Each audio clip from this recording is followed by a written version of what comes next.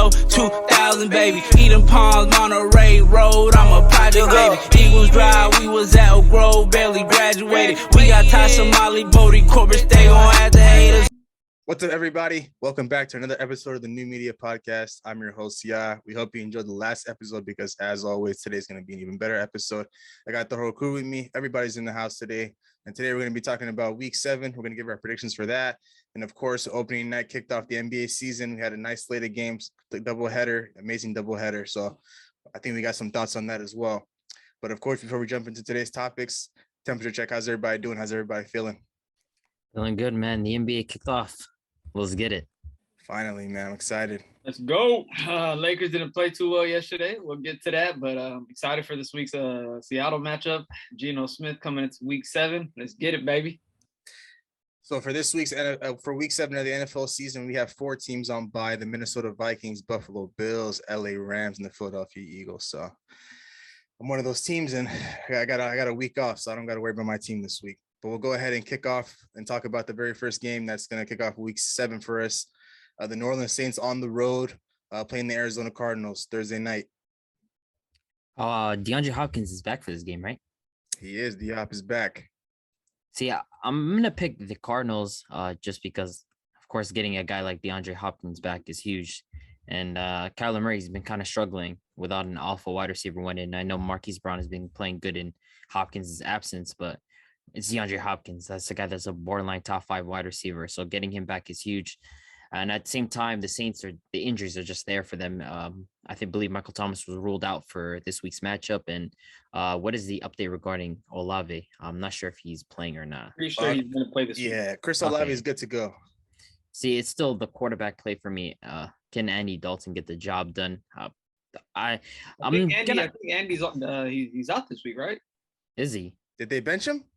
Pretty sure he got hurt last week, and they said they were going to start Jameis this week. Let me double check on that. They switch it up every week, man. Yeah, it's crazy. Yeah, I think Jameis Winston's back, good to go. Yeah, I'm pretty sure Andy was fine the injury this week too.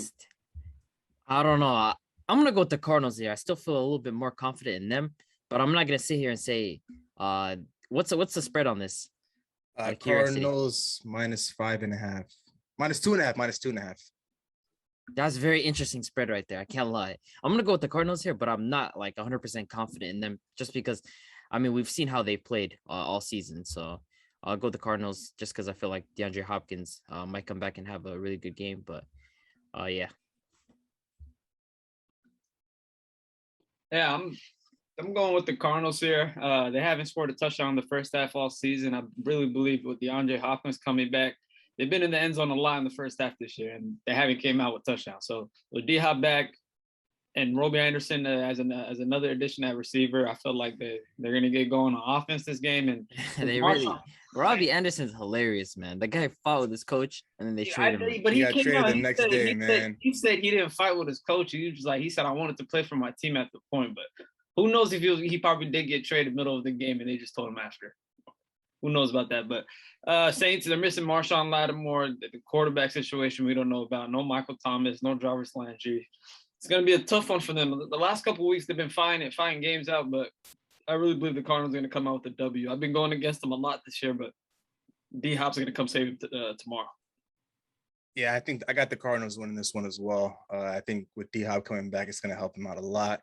And I feel like they're going to make it a point to get him the ball pretty often because, 6 weeks without him, it's clear as day that they needed him out there to win some games. So I think D-Hop's going to have a good game for himself, maybe around like seven catches, 90 yards and a touchdown. So I think the Cardinals do cover that 2.5 spread, and they win pretty comfortably here, just simply on the fact that Saints, they're pretty banged up, and with no Michael Thomas, it's going to be pretty tough to win.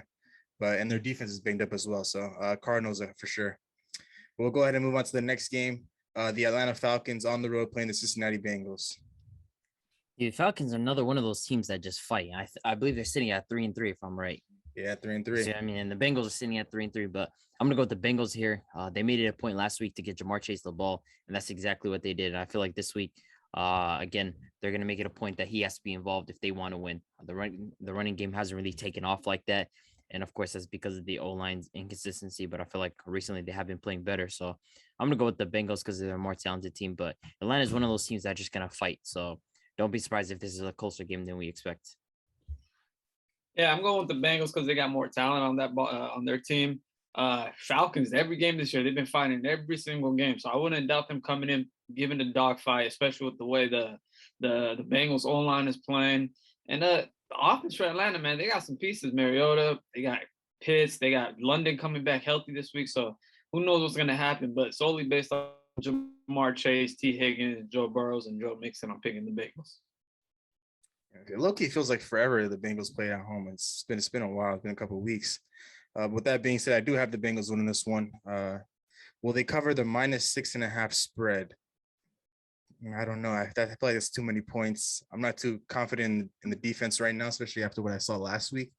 But I feel like they're just going to ride the hot hand from what they did last week offensively. And Joe Burrow and Jamar Chase connecting. I feel like T. Higgins is getting healthier by the week.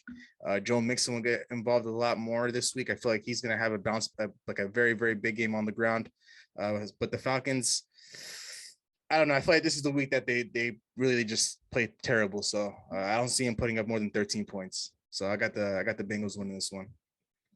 We'll go ahead and move on to a more interesting matchup. The Detroit Lions on the road playing the Dallas Cowboys. Dak Prescott is finally making his return after 5 weeks. Cooper Rush held it down. Cowboys sitting at 4-2. Lions coming off a terrible loss bye week. So DeAndre Swift's back as well. Of course, we can rave about the Lions offense and what they're capable of, but defensively, they struggle a lot. And the Cowboys, they literally just missing their quarterback. And for them to get Dak Prescott back is a huge upgrade over what Cooper Rush was giving them. I know he was doing his job in terms of game management, but we saw against the Eagles, there's times where he just did not look like he could be a starting quarterback. And having Dak back is huge for this offense. Guys like CD and Noah Brown and even the ground game, I feel like will take off more if the quarterback takes pressure off. So I'm going to go with the Cowboys here. I feel like offensively, they finally got the piece that was missing for them. And of course, defensively, these guys are as solid as it gets. And so they have a chance to get to Jared Goff, and I'm going to go with the Cowboys. Yeah, I'm rocking with the Cowboys this week as well.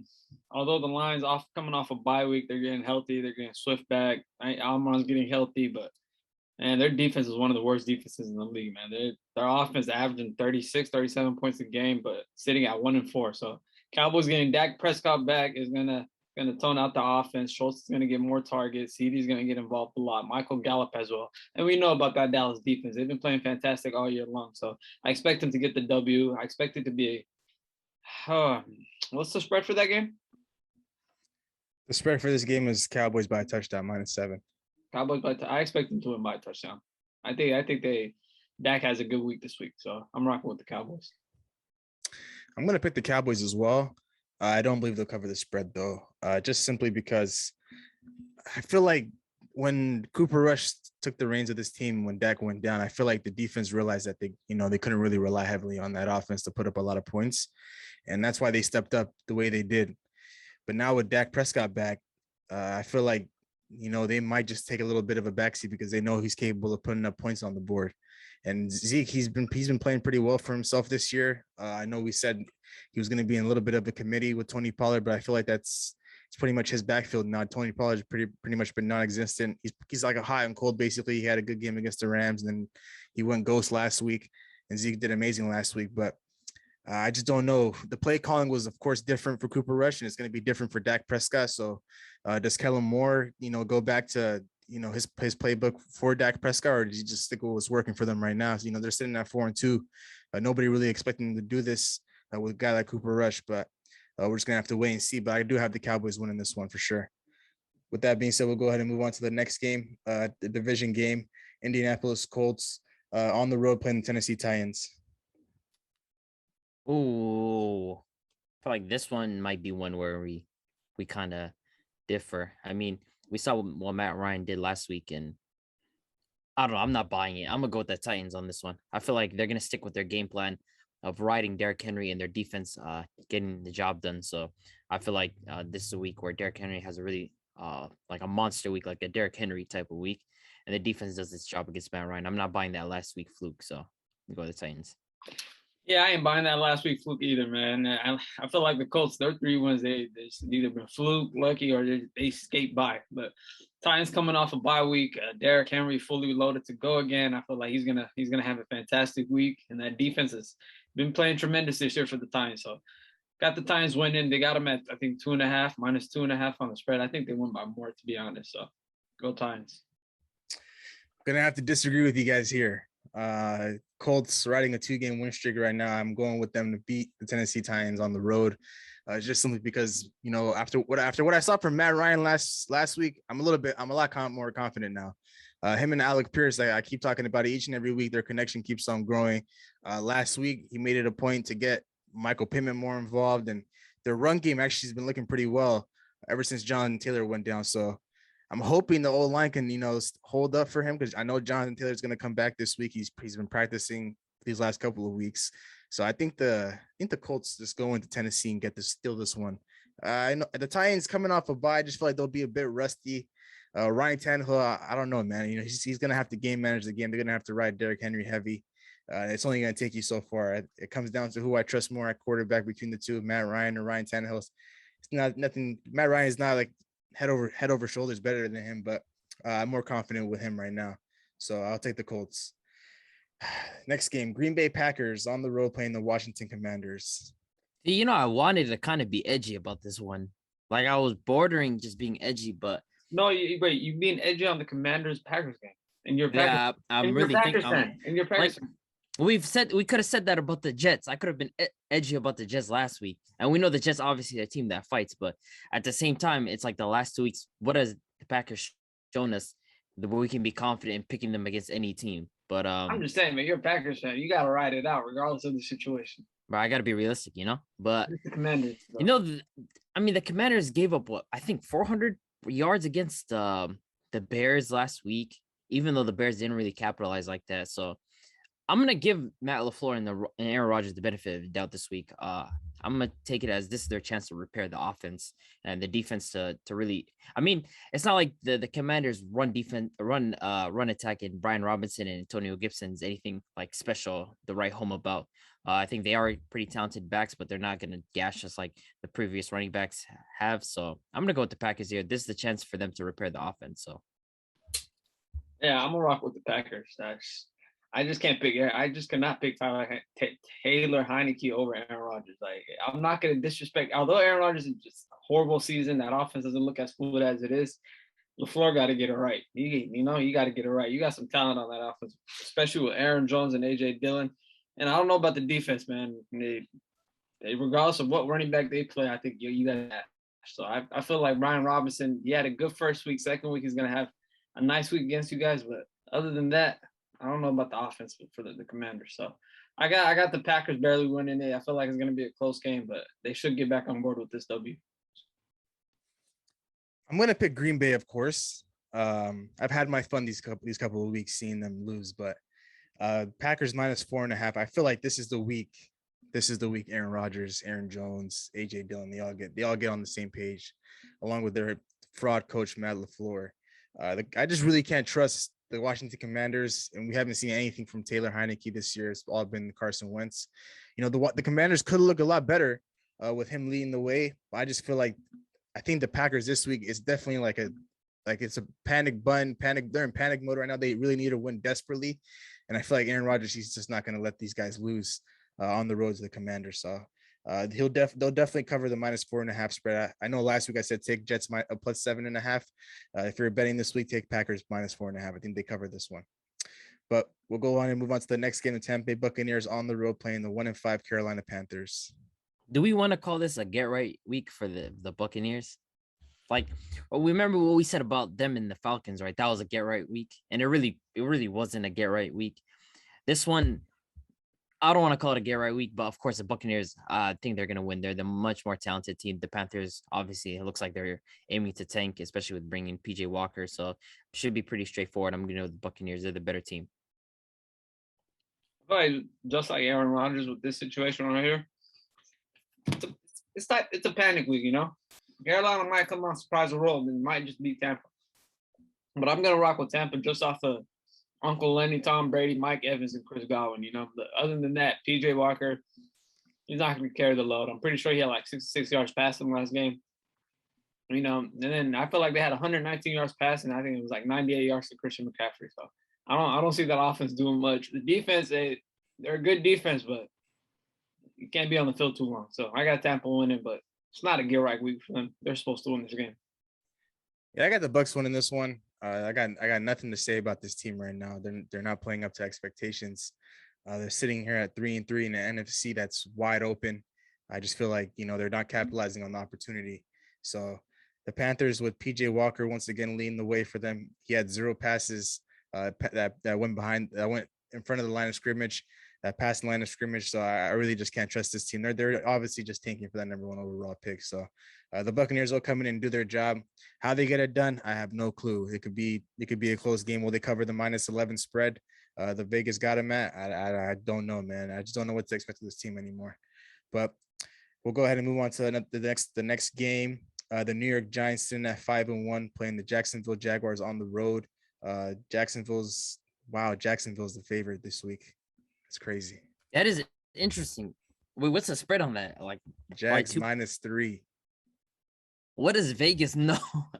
What does Vegas know that we don't know? Vegas thinking the same thing, you know what I'm saying? So but hurry up.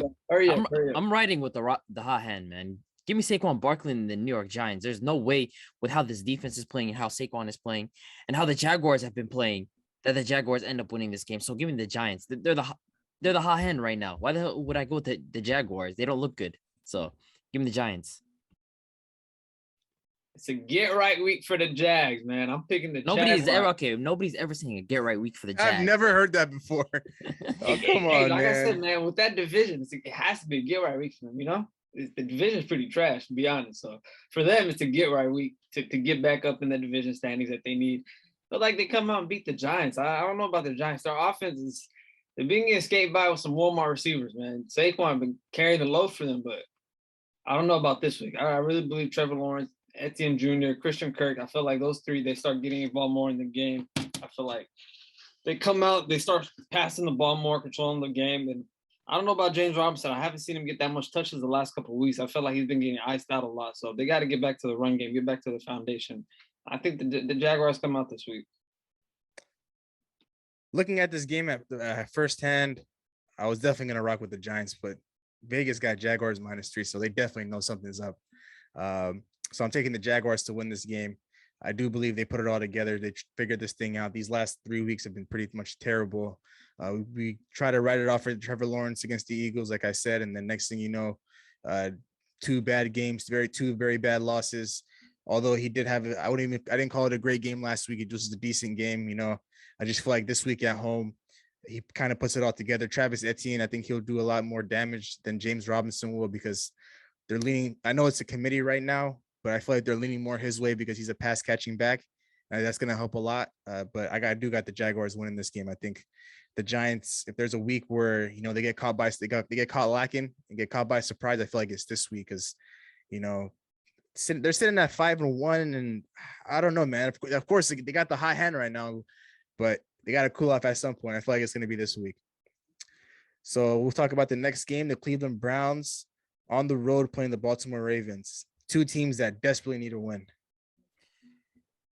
You know how, like, the last 2 weeks, right, when it comes with the Ravens, we've said, Lamar's going to show up and he's going to win. He's going to come back to MVP form. And that's the justification for why the Ravens should win this game, for win the previous games, at least. I mean, coming into this week, we can't really say that, right? The last 2 weeks, Lamar hasn't shown he's been at an MVP level. He struggled. The entire offense has been struggling. The defense has been playing fairly good. I'm going to go with the Ravens because I feel like their defense has been doing a good job at what they've been doing. And I feel like Jacoby Brissett's not going to punish them in any way. Of course, Nick Chubb, I feel like he always has a great game against the Ravens. I know I'm not tripping. The guy always seems to just go off against them, but I'm going to go with Lamar and the Ravens here. Not because of Lamar's play, but I feel like the defense has been phenomenal as of recently. So I'm going to go with them. And if Lamar shows up, that's a huge plus for them. They need that. So I feel like this is going to be another tough game for Lamar and the Ravens, man. The Browns are going to come in. They're 2-4. They're sitting at 2-4, if I'm correct. I feel like 2-4, right? 2-4. Could have been sitting at 5-1. That's the crazy fact. They got a tough slate of games, and if they can steal this game from Lamar and the Ravens, I really believe that when Deshaun comes back, they got a chance at playoffs. So I'm trusting Brissett. I'm trusting in this Browns run game. I'm hearing the defense is getting pretty healthy. They got their cornerbacks coming back next week. I'm going against my guy Lamar, man. I ain't gonna lie. His receiver targets on the team is not. It's not too well. What did I say? What did I say last episode? Deshaun Jackson. No, he's with them. Deshaun Jackson, like, man, hey, bro, he was sitting on the couch. He was supposed to be on the episode last week. You know, He was doing a podcast himself. He was free. Now he's on the Ravens. So I don't know about that pass game, man. Lamar can do so much with his legs. And given Mark Andrews, that's his only security blanket. Other than that, it's a tough day for him. So I feel like the Browns defense is they're gonna be on him a lot, and I got the Browns winning it by 3. Yeah, about 3 points. It's gonna be a close game. This one's a really good one. It's a toss up. But I'm gonna have to go with the Ravens this week. I just got word that Rashad Bateman is back at practice, so it's a plus for Lamar Jackson in that receiving core.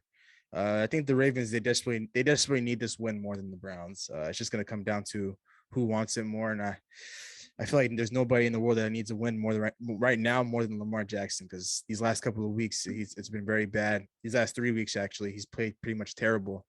So I feel like he's gonna air it out. I think he's gonna have like a MVP type game. I'll go ahead and say that. It's gonna, division games are always tough, but I feel like Lamar's gonna step up to the plate and have a good game for himself. And I mean, of course, I feel like Nick Chubb's going to run all over them. I feel the same way about that, but I feel like the Ravens, they find a way to win. I don't think they'll cover this -6.5 spread, but they'll probably win on a field goal by Justin Tucker. But we'll go ahead and move on to the next game. The New York Jets sitting at 4-2, playing the Broncos that are sitting at 2-4. What? Jets. How do I even look at this game? Jets. I hope we all pick the Jets. I want the Broncos. Oh. I'm going with the Broncos, man. We talk about get right weeks, and I know that isn't even fathomable right now with the Broncos. Like, we can't even put get right with the Broncos. Russell Wilson looks cooked. Nathaniel Hackett looks cooked. But I feel like this is a week where the Jets' inexperience finally shows up against them. The thing is, it's like Zach Wilson isn't going to punish you in the air, right? And of course, their run game is good, but the Broncos defense is great. Like, they've done their job. It's just the offense hasn't shown up. And I feel like this is a week where maybe the offense puts something together. Maybe they finally put a 20-point game up on the board. So I'm going to go with the Broncos in this game because I feel like their defense is going to show up and they're going to stifle the Jets. So I don't think Zach Wilson is going to punch them. So I'm rocking with the Broncos, man. Hey, you are wild. You're crazy. Bro, the guy, he threw for 15. He threw for 15 yards from the beginning of the third quarter to the end of overtime. And you're trusting that offense? Oh, I mean, Zach Wilson probably does the same thing, so I'm not surprised. No.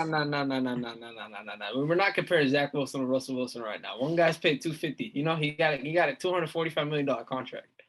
I'm not rocking with the Broncos at all. I'm going with the Jets. Jets got a fantastic defense, and their offense been, the pass game hasn't really been involved, but that run game of Michael Carter and Breece Hall, that duo right now they're playing fantastic, especially Breece Hall, man. We didn't expect this from a rookie, but at this point right now, he's looking like a top 5 running back. So Jets sitting at 4-2.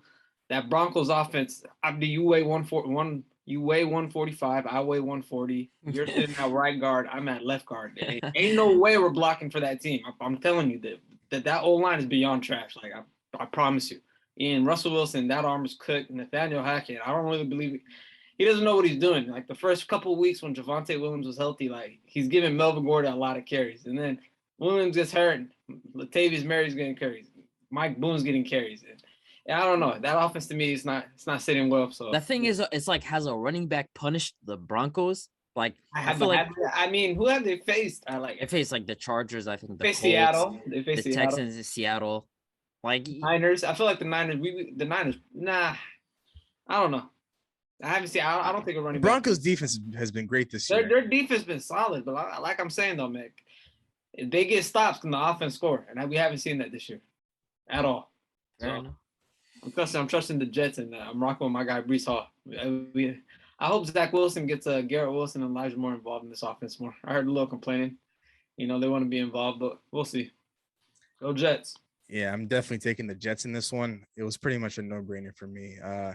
It's kind of weird though. Vegas got Broncos as the favorites -1, so they're not even too high on them, and I'm not high on them either after they costed me last week, especially at the way that game ended. I could have got a point in that one. The Jets, they're sitting at 4-2, and beginning of the year I said they're a team they're similar to the Lions but a little less talented. So, and I'm might be wrong on that. They got some playmakers. Their quarterback, he's just gonna, do his thing and game manage the game, and he's coming back off an injury, so he's getting into the groove of things. But their run game is what their bread and butter is right now, and their defense. And I feel like Russell Wilson, he struggled all year. I could talk about it every week, and I feel like the defense is gonna frustrate him a lot. The Jets, Sauce Gardner, who's he gonna line up on? Jerry Jeudy or Cortland Sutton? Whoever it is, it's gonna be a long day for them. And the Jets, the defensive line, they'll get to him. And Russell Wilson, I'm not confident in him at all. So I just feel like the Jets, they're going to stick to what's been working for them, running the ball and their defense, and they'll come out and win this game. But we'll go ahead and move on to the next game: the Houston Texans versus the Las Vegas Raiders. The Raiders at home. Raiders. Both these teams are coming off a bye week. So, what is the Raiders right now? The record? 1-4. Texans are 1-3-1. Yeah, give me the Raiders. There's no way they allow this to happen. They're at home. They're angry about what happened in the last game against the Chiefs. The offense, last time we saw against the Chiefs, they played great offensively. I'm gonna go with there's no way. I feel like Devontae has a monster game in this one, and he's gonna school Derek Stingley. So give me the Raiders, easy. Yeah, I'm picking the Raiders, man. That rookie Derek Stingley is gonna have a long day with Devontae Adams. I don't know the status about Darren Waller coming into this week, but he hasn't been involved in the offense much. They got Hunter Renfrow back last week, but he 2 weeks ago he messed it up against the Chiefs, man. They could have won the game with that long pass to Devontae, but hey, Josh Jacobs, Devontae Adams, I feel like they grinded out with those two guys. And Texans, I feel like, hey, just hand the ball off to Dameon Pierce, 23, 24 carries, let him eat whatever comes, whatever goes. So let's go, Las Vegas Raiders. Yeah, Darren Waller, he missed practice today, but he still has a couple of days to get back out there. But man, as a fantasy owner of Devontae Adams, man, last week was tough because I really needed him out there. But can you say thank you? First say thank you. You know what I'm saying? Thank you. I got him in a different league as well, but I did just make a move for him and in one of our other leagues that we're all in. But the Raiders, give me the Raiders pretty comfortably, especially with the last time we saw them against that Chiefs team. The offense was clicking on all cylinders. Their run game was effective. They made it a point to get Josh Jacobs the ball and get him involved, and he's been nothing but phenomenal. And of course, Devontae Adams is going to do what he does best. And I feel like, of course, like Abdi said, he's going to dominate this game. He's going to have a hell of a week. The Texans, they're playing for pretty much nothing. Raiders coming back off a bye week. First game's at home, so I feel like the home crowd, they're going to feed off the home crowd and get this one. They'll cover the spread -7. I'll take the Raiders -7 this week. We'll go ahead and move on to an interesting matchup. The Seattle Seahawks on the road playing the LA Chargers. I said I'm done betting against the Seahawks. Well, guess what? I'm betting against them this week as well. Keenan Allen returned to practice, limited in practice, so he's going to be back for this week. I feel like this might be a shootout. But I'm going to go with the Chargers in this one, man. They've missed Keenan Allen badly. That's their security blanket. Third downs, Keenan Allen's going to win his route. He's going to get that catch. And there's no question in my mind, this is going to be a tremendous boost to this offense. So give me the Chargers. Seattle, I'm not rocking with them. I'm not rocking with Seattle on this one. Give me the Chargers. Yo, I know you heard about a guy named Tyreek Woolen. 6'4", run a 4.2 40. You know what I'm saying? That's Richard Sherman, man. Keenan Allen's going to have a long day. It don't matter what side, Mike Williams, Keenan Allen, whoever's on him. It's going to be a long day for them. Good luck, man. You're dealing with a technician, man. You're dealing with the master of routes. The Chargers O-line, though, we got to speak about that O-line. That O-line is every play you see Herbert try to make plays out the pocket. He getting chased. He doesn't have time to throw the ball. Seattle about to put some pressure on them. And our offense, man, that defense just it's not it. It's not it. J.C. Jackson, the guy they paid, I don't know how much was it, 72 mil? 72 mil? Somewhere around there. He's been getting torched the last 5.5 weeks. So DK's going to have a nice day on him. Tyler Lockett's going to have a nice day on him. And my guy, top 10 quarterback in the league right now, Geno Smith. He coming to play, baby. See us rise. Let's go, Seattle. That's the fan of you talking, man. That's the fan of you talking. But The guys just struggled with the Broncos. It was just a nasty game. We seen him throw 58. Like, I don't know, man. Broncos got a good defense. You got to respect that defense, man. It's the offense that's not doing their job. But go ahead and give me the Chargers. With Keenan Allen coming back, I feel like their offense is going to be hitting on all cylinders. Seattle's defense, outside of their bright spots, Kobe Bryant and Tariq Woolen, that's nothing to really rave about. So I feel like if it's going to be an offensive shootout, then so be it. Give me Justin Herbert. But I feel like last week when JC Jackson got benched last week, their defense really turned up, and I don't know if that's more on the Broncos offensive game plan, not being put to full effect, or their defense just really stepping up with JC Jackson off the field. So, but I'm going to go ahead and believe that it's just JC Jackson not being at his best right now, and the defense really stepping up to the plate. And I feel like they're just going to do that again right here.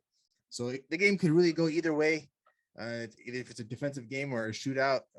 But at the end of the day, give me the Chargers with all their main guys back. Another game we got. This one would have been interesting, but health issues is really holding this one back. But we're getting a rematch of the 2020 Super Bowl. The Kansas City Chiefs on the road playing the San Francisco 49ers. I'm going to go with the Chiefs here just because we saw last week how injuries had piled up against the Niners, and this is going to be pretty straightforward to me. Patrick Mahomes knows that he needs to get a win against a team that's missing a lot of its key starters. So give me the Chiefs. The Niners injuries are just too much, and I don't feel like the Niners, I can trust them offensively with Jimmy G at the helm. So give me the Chiefs. Yeah, I'm picking the Chiefs as well. The Niners missing a lot of key players on defense, missing a lot of key linemen. So I got the Chiefs coming in. They're coming into the Bay Area. I feel like it's going to be an easy W for them. Jimmy G doesn't have a lot of options right now on that O-line. So I don't see the protection. I don't see the run game getting involved much. It's going to be a long day for the 49ers. I really wish the Niners had all their defensive guys back and this team was healthy, man, because if they were healthy, I'm easily taking them. But that's just not the case here. I got to go with the Chiefs. I feel like Patrick Mahomes, he's very frustrated with how that game ended last week against the Buffalo Bills, throwing a pick and throwing that pick in the red zone, losing out on points, knowing that the game was right there for them. The Niners, they're just going to defensively, they're going to struggle trying to stop this guy. Whoever is left on their defensive line, whoever they got left on defense, just going to be a long day for them. But I just wish they had all their key guys back, because this one would be an interesting one, being the 2020 Super Bowl rematch. But give me the Chiefs minus 2.5. I think they cover that. We'll go ahead and move on to our Sunday night matchup. The Pittsburgh Steelers on the road playing the Miami Dolphins. Tua's finally back after, what has it been, like 2.5 weeks? Something like that. Yeah, he's finally back, starting at quarterback for them. They're sitting at 3-3. They really need a win right now. Yeah, I'm gonna go with the Dolphins this one. Of course, going from Teddy Bridgewater to his upgrade doesn't matter. And when you have a guy like Tyreek Hill and Jalen Waddle, you have those two guys as your wide receivers against a banged up defense that was missing Minka Fitzpatrick and TJ Watt and other key starters. I feel like I'm gonna rock with the guys with the better wide receiver core. And offensively, I'm gonna write off whatever happened with the Steelers last week as a fluke, because I'm gonna just point out that was more so on the Buccaneers, allowing them to get multiple third down conversions. So I'm going to go with the Dolphins here. I feel like their defense is still good. And with Tua back, at least offensively, they get an upgrade. So I'm rocking the Dolphins. Yeah, I'm rocking with the Dolphins, man. Tua's back. I feel like Tyreek and Waddle are about to get involved a lot more in the game, especially Waddle. I mean, we know Tyreek, right now he leading the league in receptions and receiving yards, but I feel like Waddle hasn't been involved a lot. So Tua's back. Steelers, I feel like it was a fluke week last week. They got pretty hyped. They converted a lot of third downs. I don't think that's going to happen against Miami. So I got Miami coming out this Sunday night. And they get back on road. What are they, 3-3 right now? So saying that 3-3, man. 3 straight losses. 3 straight losses, man. They're missing their key piece right now, so they get him back Sunday night. They're going to win. I think we're going to see a show on Sunday night from the Miami Dolphins. I think with Tua coming back, I think he's going to air it out to his two, playmakers, Tyreek Hill and Jalen Waddle. I think those two guys those guys once again crack over 100 yards. And I think Tyreek Hill maybe gets one of those 50, 60-yard bomb touchdowns like he did against the Baltimore Ravens. The Steelers, I just can't see a way they come in and win this game. Their run game has been pretty much non-existent. And I don't know. I'm pretty sure Mitch Trubisky's going to be starting because I think Mike Tomlin already ruled out Kenny Pickett. He's just going through concussion protocols. But just give me the team that's getting their quarterback back and that really needs a win more than anything right now.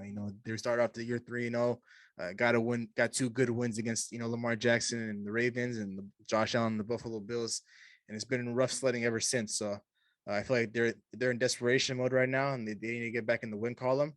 And I feel like there's no other time to do it than Sunday Night Football on prime time against a team like the Steelers. So the Dolphins do win this one. Did they cover the -7 spread Vegas got them at? I'm going to go ahead and say yes. I think they cover this one. Now, week 7 ends in a snooze fest. I don't think any of us will be watching this one. The Chicago Bears on the road playing the New England Patriots. Like, why? Like, what did the NFL gain from that? Like, nobody's going to watch this game, but give me the Patriots. I mean, Bill Belichick, like, I feel sorry for what's going to happen with Justin Fields in this game, man. Like, if you're going up against any coach, you do not want to go against Bill Belichick. And we saw how he did Jacoby Brissett, and then we seen what he did to Jared Goff. I mean, that's a defensive coach at its finest. So, give me the New England Patriots. I feel like Justin Fields already without weapons. He's coming into a game against a team that knows how to lock down weapons. That's just going to be terrible. And I'm a rock with the Patriots. I feel like they're just going to, and of course, Netflix Mac Jones keeps hooping.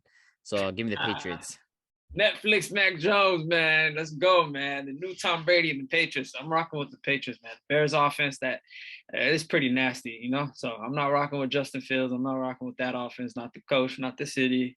I'm going with the Patriots. Bill Belichick, Rahamondre Stevenson, Jacoby Myers, and Netflix Mac Jones. Let's go. Mac Jones, man. I don't think he's going to play this week.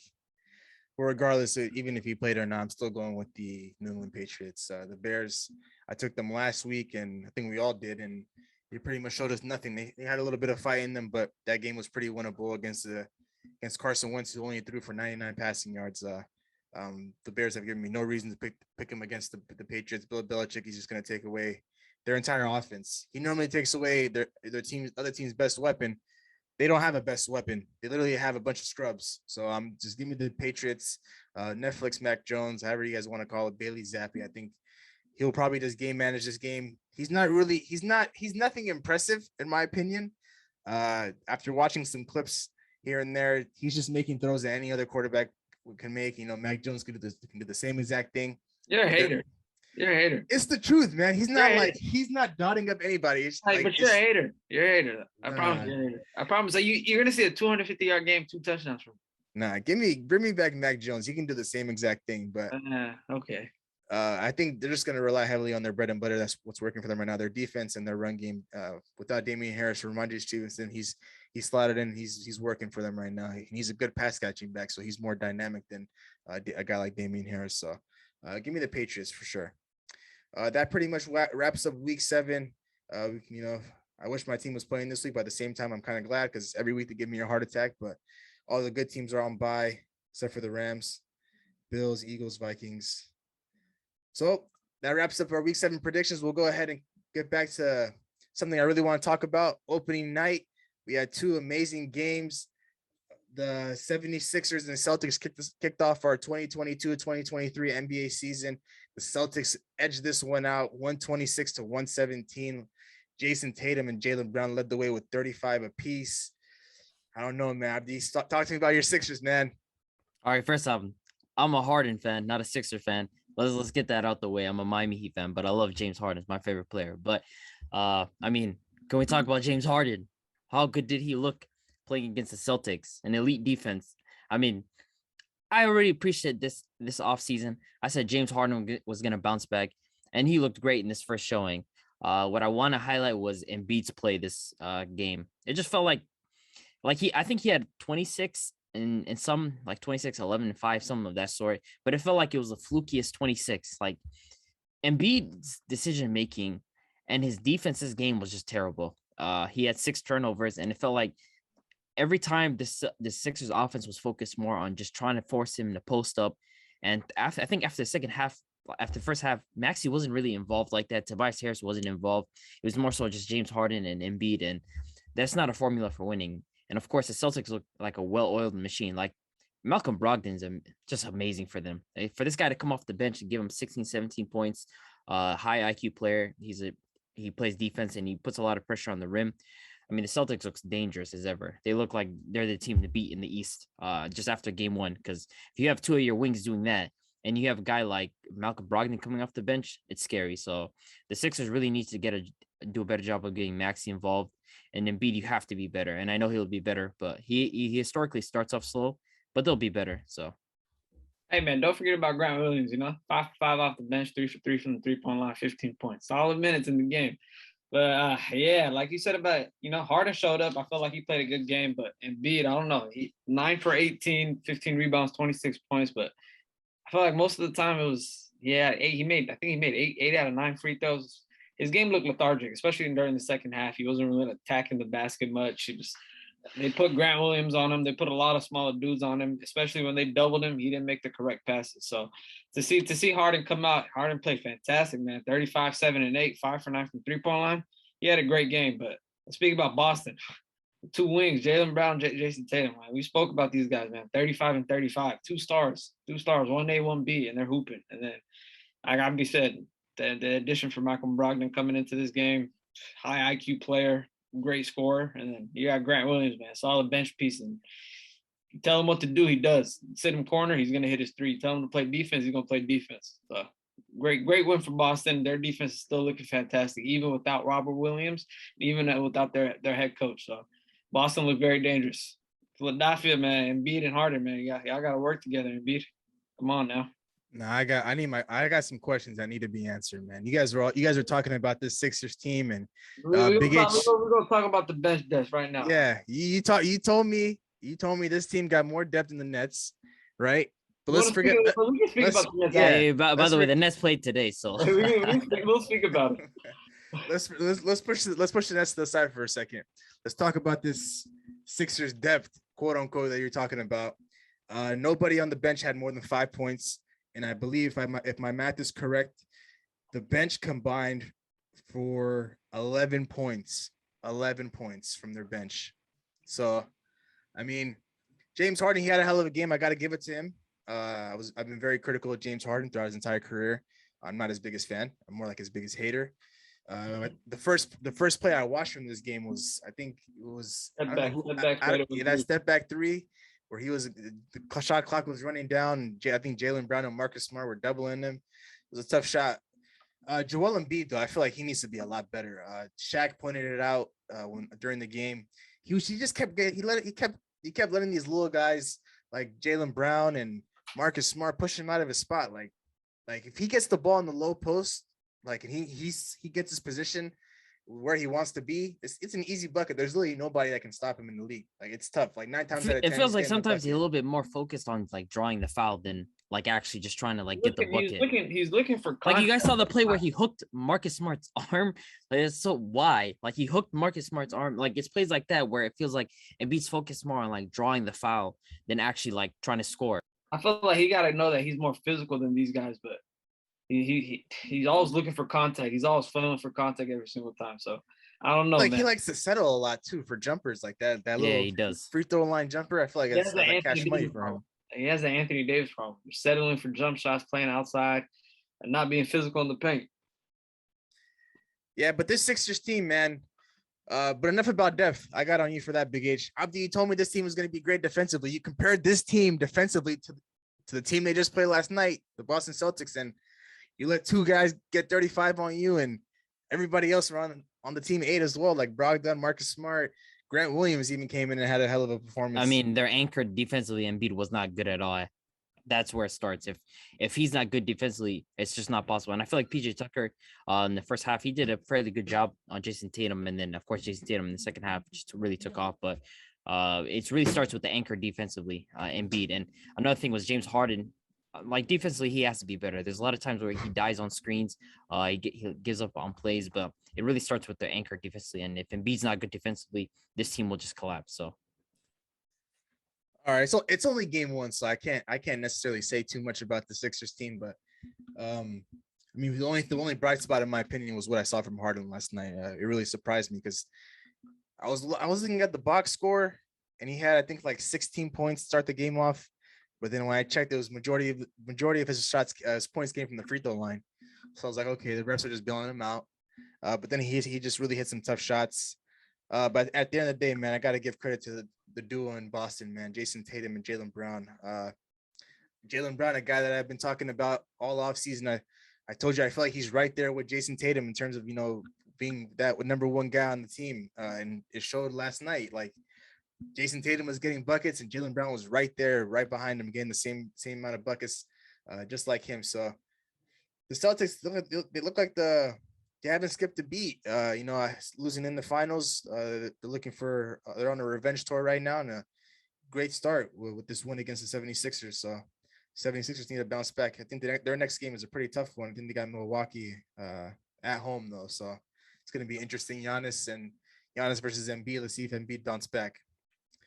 We'll go ahead and move on to the next game. Very nice game. The Los Angeles Lakers versus the Golden State Warriors. The Warriors win this one 123-109.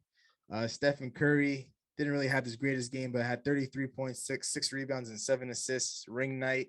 I know Anthony Davis said he wanted to spoil a ring night for them, but that just didn't happen. Big H, talk to me. Yeah, I'm gonna let the sorry Laker fan talk. Go ahead. Lakers are sorry. I ain't gonna lie to you. Hey, bro, we ain't got no shooters. We had a guy, I think Matt Ryan, play 28 minutes, right? 6 months before that, he was on a contract with DoorDash, and then he just joined the league. So it's great. I don't know, man. There's a whole lot going on with the team. Westbrook, Pat Bev, LeBron all starting at the same time. It's not going to work. It's not going to coexist. AD, he kind of had a good game, but to me, he still played like that same old soft AD that we know, playing outside, not playing physical in the box, not being that 5 that we need. But other than that, man, the Warriors, man, they look tremendous. They didn't look like they didn't miss a beat at all. So they're coming in. They're looking to go back to back. They made a statement tonight on top of the Lakers, but Lakers got a lot to go back to. I don't feel like Russell Westbrook's going to fit in the system for us, but we're going to see. We're going to have to make a move soon. See, there's a reason why I had the Lakers finishing like 9th, right? There's a reason for this. I just checked my paper right now. I got him finishing 8th. I was just going to say the same exact thing. That's what I'm talking about. Like, cool if you have an issue with Russell Westbrook, right? That's fine. This team is just not good. Like, it's not Westbrook. Other than LeBron and Anthony Davis, right? And even Westbrook, I'll consider Westbrook a good player, right? There's nobody else. It's like this team stinks. The drop off from the talent from LeBron and them to everybody else. Like, who are Wenyen and Gabriel's not gonna win you games, right? Wenyen and Gabriel, Matt Ryan, these NPCs are not gonna win you games. These randoms on your team are not gonna win you games. Like, this Lakers roster is just not good at all. Like, whatsoever.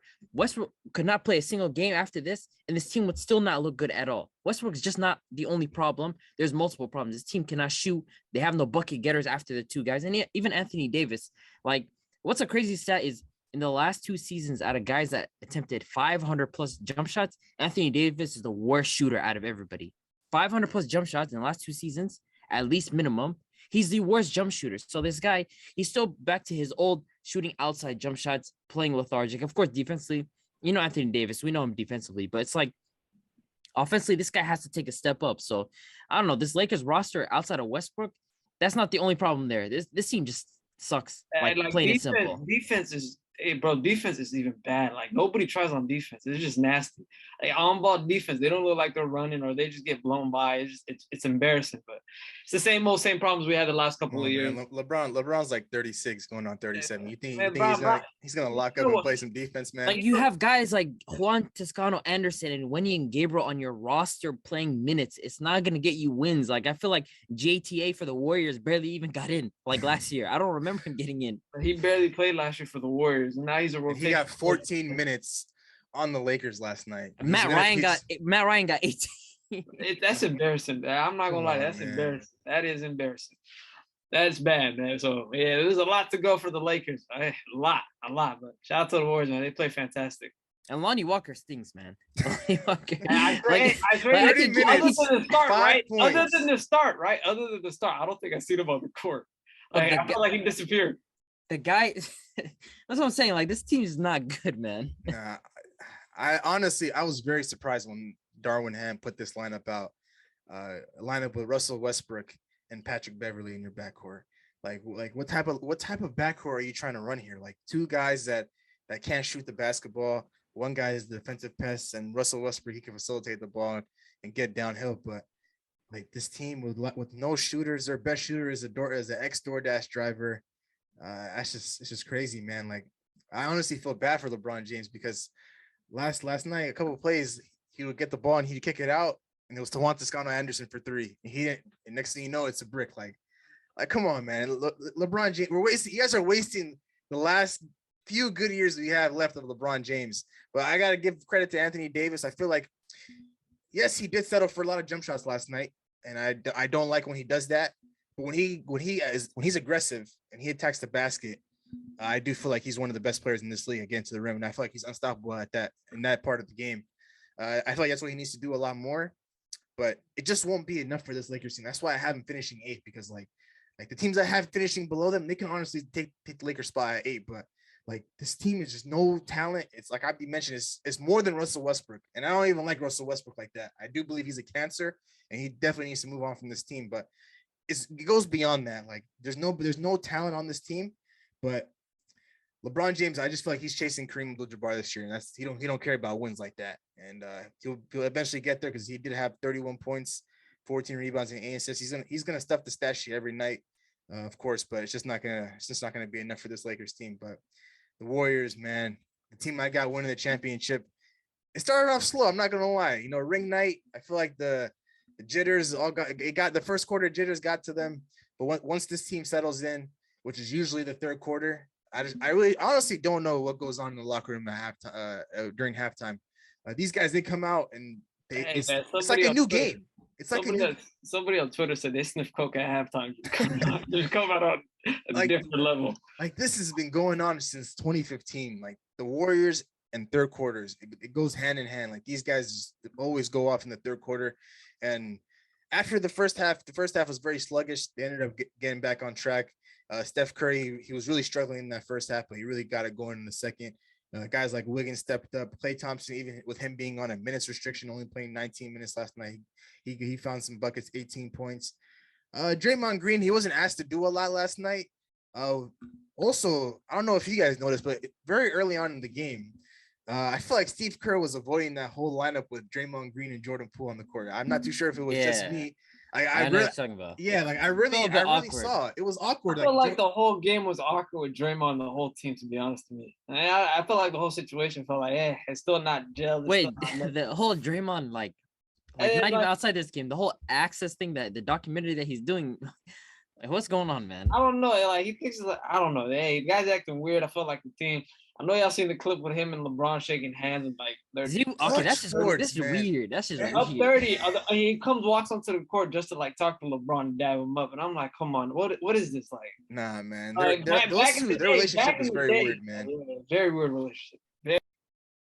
Like that wouldn't fly back in the day, man. Those guys used to go at it, but I feel like those two, I just don't know what it is, man. Being a part of the same agency, the competitive fire and the competitive spirit that they had against each other, I just feel like it's all gone now. But Draymond Green only playing 24 minutes last night, not being asked to do a lot. 4 points, 5 rebounds, 5 assists. You could definitely sense the tension between him and Jordan Poole, because every time Jordan Poole gets asked whether or not their relationship is getting better and better, it's always him deflecting the question. And they asked him something about that earlier today, and he was just like, man, we had a job to do. Now it's to go get a win on ring night, and that's exactly what we did. It's a business. So I don't think these guys are ever going to have that type of relationship ever again. But for the Warriors, man, one thing I do want to talk about is Steve Kerr not giving my guy Moses Moody minutes. 7 minutes, and like 3 of them came in garbage time. So I'm going to write this off as like 4 or 5 minutes. I feel like he's going to learn. The same way he learned with Jordan Poole last year, because it started last year, Damian Lee was a part of their rotation, and Jordan Poole, he wasn't really getting that much minutes. But as the season went on and Jordan Poole's emergence was coming on the scene, that's when Steve Kerr realized, I have a really talented guy on my team, and I got to find him some minutes. And you can't really deny somebody who's very talented, and you can't just sit him for a guy like Damian Lee. And I feel like that's what's going to happen for Moses Moody. I really didn't. I honestly, I expected for him to at least get 14, 15 minutes last night. But for him to only get 4 meaningful minutes, I just feel like that's unacceptable. They're gonna need him and his high IQ skill set on the court, and I feel like that's it'll happen towards the end of the season. But overall, man, the Warriors, after that sluggish first half, man, they showed why they're the reigning champs and why they have a target on their back, and they're looking to go back to back, man. They didn't skip a beat, so looking forward to their next game, which I believe is on Friday versus the Denver Nuggets. Denver Nuggets coming off a loss to the Utah Jazz tonight, but overall, man, we had an interesting slate of games today. But outside of these 2 games on opening night, I do want to highlight one player, Paulo Banchero, man. Very first player to have a stat line of 25, 5 and 5 ever since the last person to do it was LeBron James. Go James, man. I'm telling you guys, this guy, there's a reason why I picked him to be my rookie of the year. And this is why. He finished with 27 points, 9 rebounds, 5 assists. This guy's just the most NBA ready, man. I know they lost, but it's Orlando. I don't expect too many wins, man. Yeah, he looked amazing. It was fun watching that game, especially seeing him cook up and then watching Jay and Ivy come back. He was cooking up too, so it was a good game. Shout out to the Pistons. Pistons got a nice young team. I ain't gonna lie to you. They got a very nice young team. I feel like we just gotta address the elephant in the room today, man. The Pelicans really putting it on the Brooklyn Nets, 130 to 108. I know. Yeah, I see. No, I know you're gonna attack Simmons. You're gonna attack Simmons. You're gonna attack Simmons. But let me get this off my chest. Kyrie, he's not a basketball player no more. I'm gonna tell you that, plain and simple. Like, it's KD and then just a bunch of bums on the team. Kyrie's included in that bum situation as well. But now you can speak about Memphis. So I'm gonna preface with this, right? I'm not a Kyrie Irving fan, but of course I expect Kyrie Irving to be better moving forward. I don't think Kyrie Irving's gonna have as bad of a game as he did today, right? And that's with me being a Kyrie hater. I'll say that right now. Ben Simmons, right? This guy, I don't know why people are so delusional about him, right? They act like they can just simply, like, it pisses me off when someone says, yo, we're gonna put him in a Draymond role. Do they not realize Draymond, to me, is a one-of-one player that we've seen in the last 5 years in the role that he's played? This is a guy with defensive instincts that we haven't seen before since a guy like Dennis Rodman at the power forward position. That's how good Draymond Green is. The guy is able to play center. He's able to guard 1 through 5. And Simmons, to me, today, he just looked lost. And that was just defensively. He fouled out, right? Offensively, if you're not a threat to score, teams are not going to respect you. And that's exactly what the Pelicans did. They literally just backed away from this guy because they know his mentality is what? I'm going to just kick it out to KD. I'm going to just kick it out Kyrie. Okay, well, Kyrie's missing. What are you going to do? KD can only do so much because you guys saw the first quarter, KD was kind of struggling. Second quarter, KD just cooked up. And for the rest of the game, he still cooked up. But it's like, if you're not a threat to score, and even Kyrie Irving mentioned this regarding defensively, like, yes, we want him to be aggressive, but at the same time, you have to be smart. And it's like, Ben Simmons, this is who he is as a player. I don't know why we're so delusional about him. He's not going to switch up his play style. He's not going to suddenly be a great scorer. He's literally just going to push the ball up and pass it. That's who Ben Simmons is. And it's like, okay, we expect Ben Simmons to be in a Draymond role. Like, let's be respectful to Draymond, man. Like, let's be respectful to even triple single, Draymond's going to hit a 3 here and there. Like, come on, man. Hey, Draymond used to be a shooter, until Luke Walton left. You feel me? Like, he used to be a shooter. But Ben Simmons. Him and Ben Simmons had very similar stat lines, man. 4 points, 5 rebounds, 5 assists. One fouled one's out. a number 1 pick, and one's like, well, come on. One's a second rounder, man. Draymond was on a sit back role, and Ben Simmons, 6 fouls. Like, how you foul out in the third quarter? Like, it's embarrassing. Like, come on now. Like, I just feel like the Nets, it's gonna take some time for them to figure it out, even though it didn't look good for them today.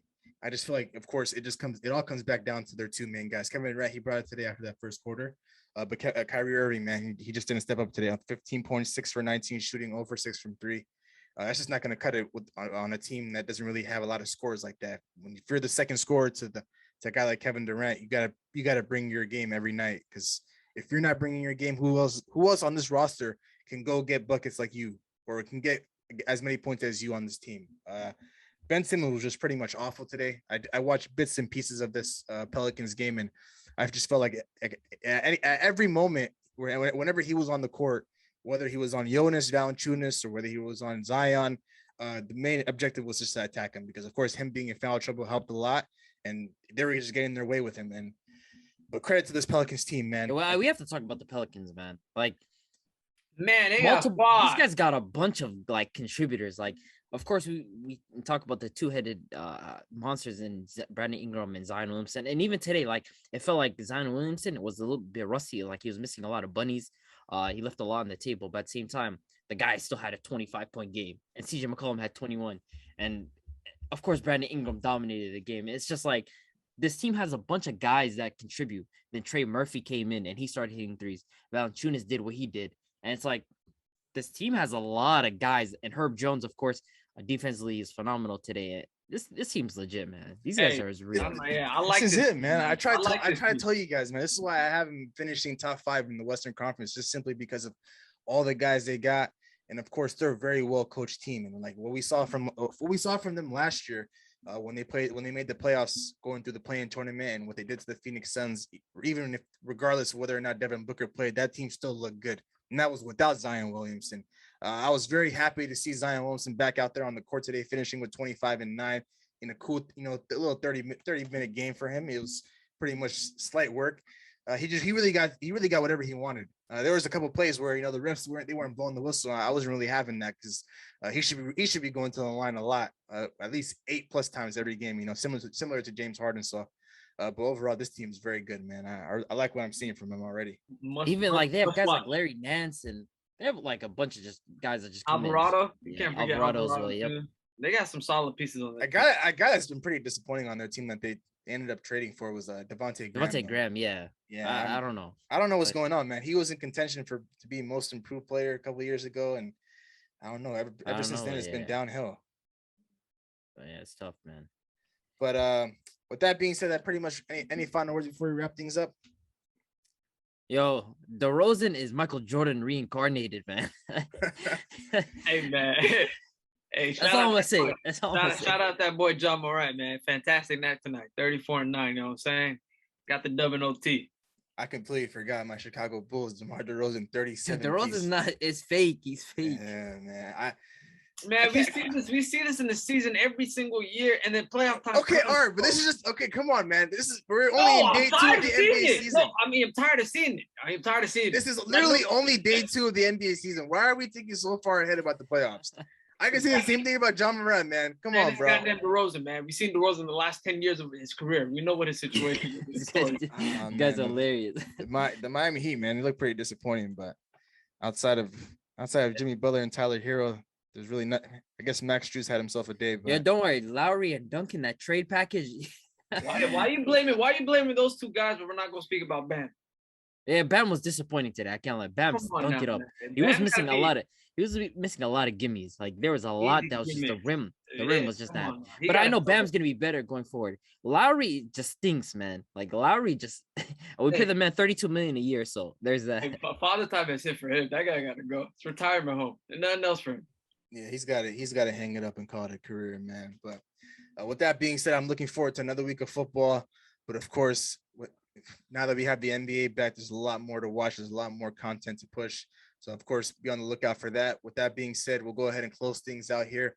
Thank you so much for tuning into today's episode. We really appreciate your love and support. We'd really appreciate it if you like, commented, and subscribe to our YouTube channel at New Media Podcast. For those of you that are watching us on YouTube, if you go in the beginning of this video, all of our social media handles will be there. And if you're listening to us on Apple and Spotify, if you go to our Instagram page at New Media Podcast, you'll be able to navigate yourself to all of our social media handles there. So once again, thank you so much for tuning into today's episode. And of course, we'll see you guys in the next one. Peace. Record a new hit, then we making us a film. Wouldn't sign a deal if I got a couple mil. Been in the lab, now they throwing out deals. Me and now Lakes, now that's overkill.